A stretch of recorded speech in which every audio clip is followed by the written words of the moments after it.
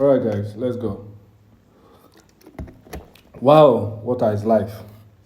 Let me remove my glass so that I can speak very well. I mean, today's match. I mean, this is actually my post match. I mean, yeah, post match reaction between Arsenal and Aston Villa. The result at Emirates, the game at Emirates, unexpected win. Nobody saw that four goals coming, and nobody would have thought. Yes, I know we're out for revenge, but I'm not sure nobody would have expected that scoreline. So it's actually a big win for Arsenal, and I will try as much as possible to just I've listed my talking point for the match. First thing, Odegaard. For those people that criticized Odegaard, they need to start swallowing their spit. And the reason why I said so is because every Arsenal attack, whenever Odegaard is on the pitch, starts with Odegaard.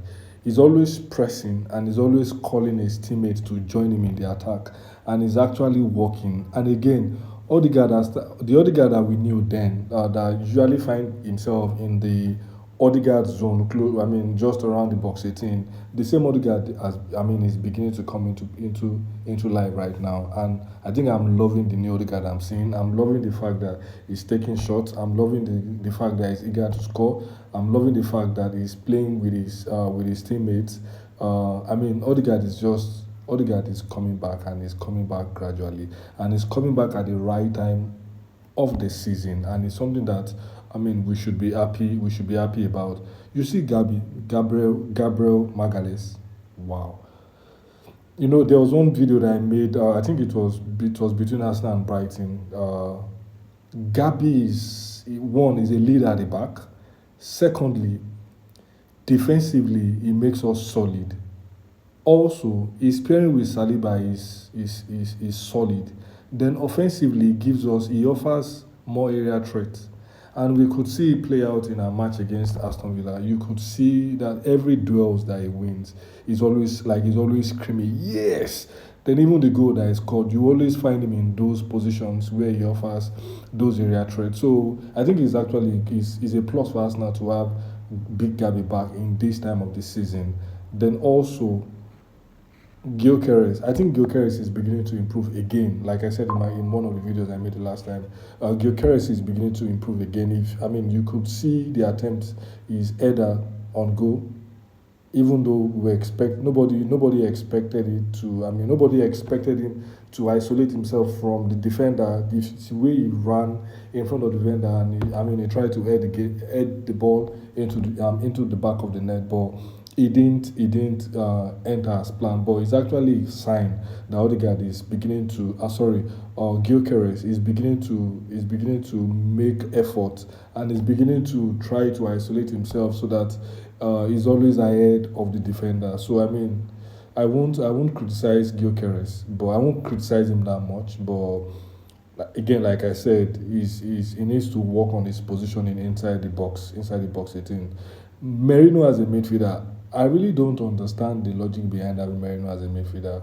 I would prefer Merino to play close to the striker than the midfielder. But then, I mean, I had a discussion with a fan also, and he said that Ateta prefers Merino because of his defensive awareness. Well, maybe, but the fact that he's slow on the ball, and the fact that Aston Villa likes to counter. So I was a bit worried. I mean, because once we lose the ball, Aston Villa counters, and it was very evident. And there's something that Arteta did today that I was very happy about. The fact that he didn't sub Trossard. Trossard was on fire today. Trossard was ready to take on any player on the pitch, and the fact that Arteta did not sub him, he actually made the right decision there, because it wouldn't have looked so well if a player like Trossard is contributing so immensely, both defense and attack. Then the coach now decided to sub him. No, but I was so happy with his sub today. Those subs were fantastic. Gabriel Jesus came in. I mean, did his own part. Nogard, I wasn't expecting. I mean, Nogard to play that way, but that shows that Nogard also needs a playing time. I mean, Ateta should try as much as possible to see if there's a way that he can. I mean, he can sneak in Nogard into the first 11 because it was very obvious. Then again, the absence of Rice. Yes, we won the game by four. I mean, by 4-0. Nobody expected it, but at some point, I felt we were missing Rice because there were some balls that we would see that normally, if it was Rice that was holding that ball, Rice was actually bumped forward. But then there was a that gap. If you look at, there was a time that Onana, I mean, drived from Aston Villa's house down to Arsenal. I mean, down to Arsenal space. If Rice was actually there, I'm sure that Rice would have intercepted him. Again, we need to. Ateta needs to do well to find a way to manage this guy so that we don't have all our players injured. Then you see her appearing. I mean, I've said it all over again. Appearing, I think our best centre back experience so far is Saliba and Gabriel. Those guys, they understand each other. When two of them are playing, we are very solid.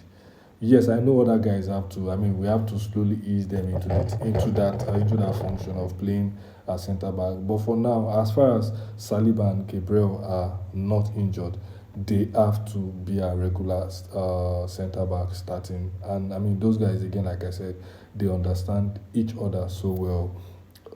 You see, Raya. At some point, I had my mouth in my tongue.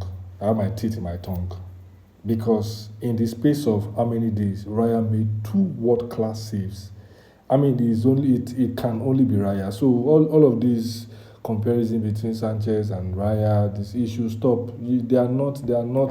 I mean, they are not on the same level. They are not because those saves, they are world class saves and they are winning saves. So I'm actually happy for Raya. Let's not forget that Raya is 30-year-old, and as a goalkeeper, this is when he's in his peak. So those saves again, they were so I mean, very world class. Uh, Jesus. Oh, I mean, it's been a while that I saw that kind of counter attack from us. I think okay, I saw it in our last game against Brighton, but again we saw it. Again we saw it today. That counter attack was very massive. I think it was what's his name? Zubimendi started the attack, passed the ball to Trossard. Trossard picked it up, shoot it up front. Then the next thing came back to